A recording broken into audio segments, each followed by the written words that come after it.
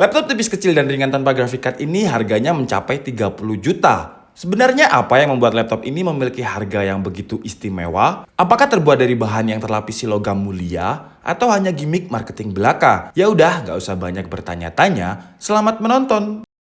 Yang malam minggu stay di rumah aja. Sama.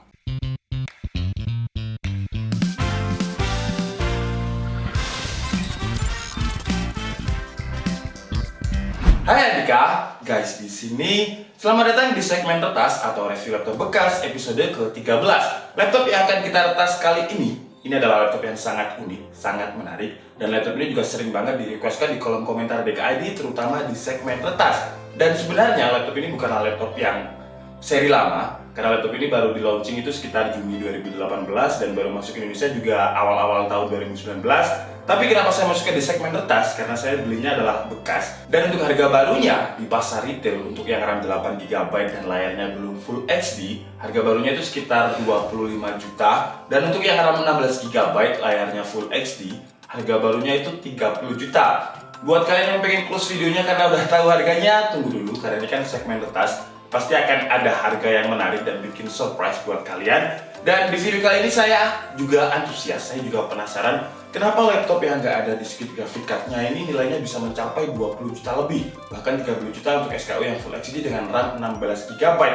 Jadi apa yang membuat ThinkPad ini begitu mahal? Tapi sebelum kita mulai videonya, buat kalian yang belum ngerjain skripsi, kerjain dulu karena skripsi itu nggak mungkin selesai dengan sendirinya kecuali kalian pakai jasa skripsi. Kalau udah ngerjain skripsi, langsung aja subscribe channel ini karena di channel ini kita akan membahas informasi menarik mengenai dunia gadget dan juga teknologi yang akan buat hidup kalian lebih inspiratif dan produktif. Ngomong-ngomong soal jasa pengetikan skripsi, menurut saya keyboard dari Lenovo ThinkPad ini adalah keyboard yang paling nyaman, paling tactile, paling empuk. Dan kalian bisa menyebut saya lebay, tapi ketika saya udah nyoba keyboard dari Lenovo ThinkPad ini, kemudian saya nyoba bahkan dari sesama Lenovo ya, saya punya Lenovo Legion Y720 yang merupakan laptop dari driver saya nggak bisa move on dari rasa nyaman ketikan dari keyboard ThinkPad ini.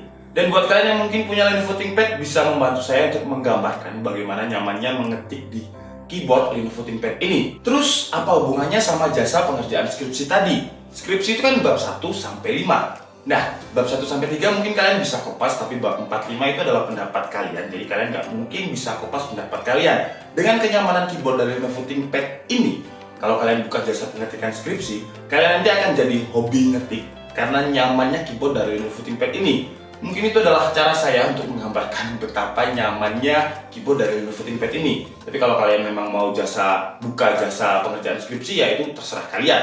Tapi dengan harga 30 juta, notebook seukuran 12,5 inch tanpa graphic card ini, apakah worth it untuk dibeli? Buat saya jujur, kalau saya punya uang 30 juta, saya nggak akan beli laptop ini.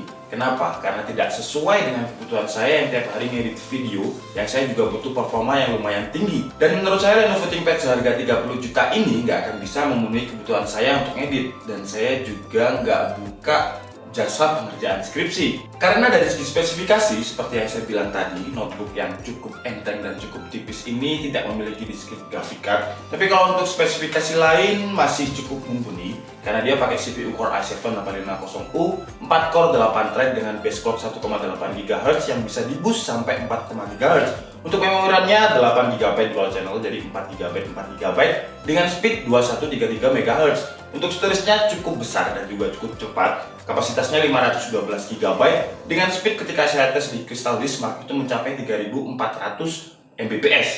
Dan misalkan kalian menemukan Lenovo ThinkPad seri X280 atau X1 Carbon yang memiliki SKU berbeda dengan pasar retail, itu adalah hal yang sangat wajar. Karena biasanya Lenovo ThinkPad itu segmennya adalah perusahaan menengah ke atas. Jadi saya kasih contoh, misalkan perusahaan A memesan 1000 laptop dan mereka memesan laptop itu sesuai order, jadi spesifikasinya itu sesuai dengan keinginan perusahaan tersebut. Dan Lenovo bisa memberikan spesifikasi sesuai dengan order tersebut. Asalkan kalian belinya 1000 lebih. Tapi kalau kalian belinya cuma 1, 2, atau 5 ya kalian bisa beli di pasar retail. Nah, sekarang masuk ke alasan kenapa saya sangat antusias untuk membahas Lenovo ThinkPad ini.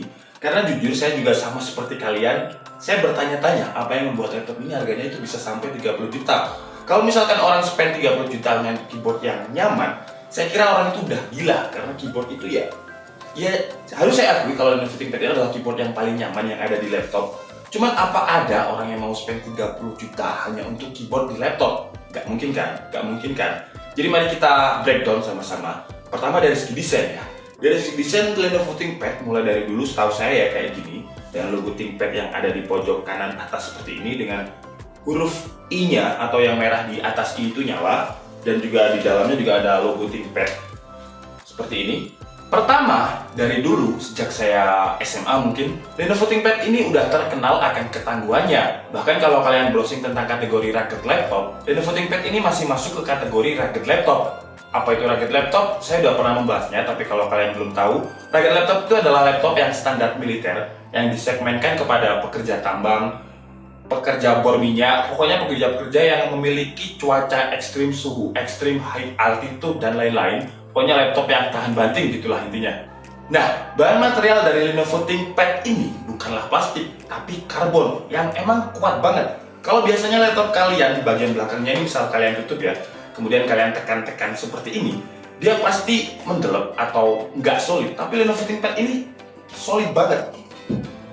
Jadi dia nggak mungkin mendelep ke dalam. Kemudian casing layarnya pun, biasanya laptop itu kalau kalian gini-gini kan ya, dia pasti flexing atau kocak lah istilahnya kalau bahasa Jawa. Tapi ini tuh enggak, ini solid banget karena bahannya dia pakai carbon fiber. Kedua, meskipun ThinkPad ini termasuk notebook karena dimensinya cuma 12,5 inch, tapi dia memiliki port yang cukup lengkap. Dengan di sebelah kirinya ini terdapat input power, USB Type-C Thunderbolt, USB 3.0, HDMI, dan jack audio. Di sebelah kanannya terdapat Kensington Lock, USB 3.0, dan Smart Card Reader. Kemudian di bagian keyboard yang sangat nyaman ini juga terdapat tracking point, yang ini juga berguna sebagai mousepad. Jadi pentil berwarna merah ini bukan untuk hiasan atau mainan biar kalian ngerasa ada sensasi sendiri gitu ketika pentil-pentilnya ini kalian puter, enggak. Jadi tracking point-nya di sini berguna ketika kalian menggunakan laptop sambil berkendara. Jadi pentilnya ini lengket banget di jari kalian. Nah, ketika kalian bermain laptop sambil berkendara kan pasti getar ya. Dan tracking point ini berguna agar trackpad kalian tetap akurat dan gak berpengaruh terhadap getaran saat kalian berkendara. Masih kurang worth it ya dengan harga 30 juta, cuman fitur itu aja. Apa mungkin baterai? Baterai dari Lenovo ThinkPad ini bisa bertahan sekitar 16 jam. Kalau misal baterai ada di laptop Asus K403 yang harganya nggak sampai 10 juta, yang baterainya itu diiklankan bisa bertahan 24 jam, tapi saya udah pernah review dan daya tahan baterainya itu sekitar 13 jam 45 menit. Terus apakah speaker? Speakernya ini dari Dolby, dan untuk ukuran laptop atau notebook 12,5 inch ini speakernya sih nggak buruk-buruk amat, tapi juga nggak bagus-bagus amat. Jadi untuk harga 30 juta menurut saya kalau cuma itu masih kurang worth it. Tunggu dulu, ini adalah bagian selling point yang sekarang akan kita bahas. Kenapa laptop ThinkPad ini harganya bisa sampai 30 juta? Khusus untuk Lenovo ThinkPad ini memiliki tingkat privacy dan juga security yang berlapis yang disebut oleh Lenovo dengan Lenovo ThinkShield. Yang fiturnya itu banyak banget dan kalau saya jelaskan semuanya videonya bakalan panjang. Jadi akan saya jelaskan secara singkat saja dan yang saya tahu aja. Pertama, fingerprint Lenovo ini memiliki fitur yang namanya Match on Chip Fingerprint. Jadi fingerprint itu ada dua macam, yaitu Match on Host dan Match on Chip. Match on Chip berarti fingerprint kalian direkam oleh chip yang ada di laptop ini. Jadi nggak ada yang bisa meretas fingerprint kalian karena hanya direkam di chip fingerprintnya ini. Kecuali tangan kalian dimutilasi seperti di film-film gitu ya, mungkin bisa lah. Kemudian ada fitur IR kamera, jadi kalian bisa login dengan wajah, dan sebenarnya kalau ini sih bukan hal yang baru. Think Shutter juga bukan hal baru, dimana kalian bisa mematikan webcam kalian hanya dengan slide tombol yang ada di area webcam ini.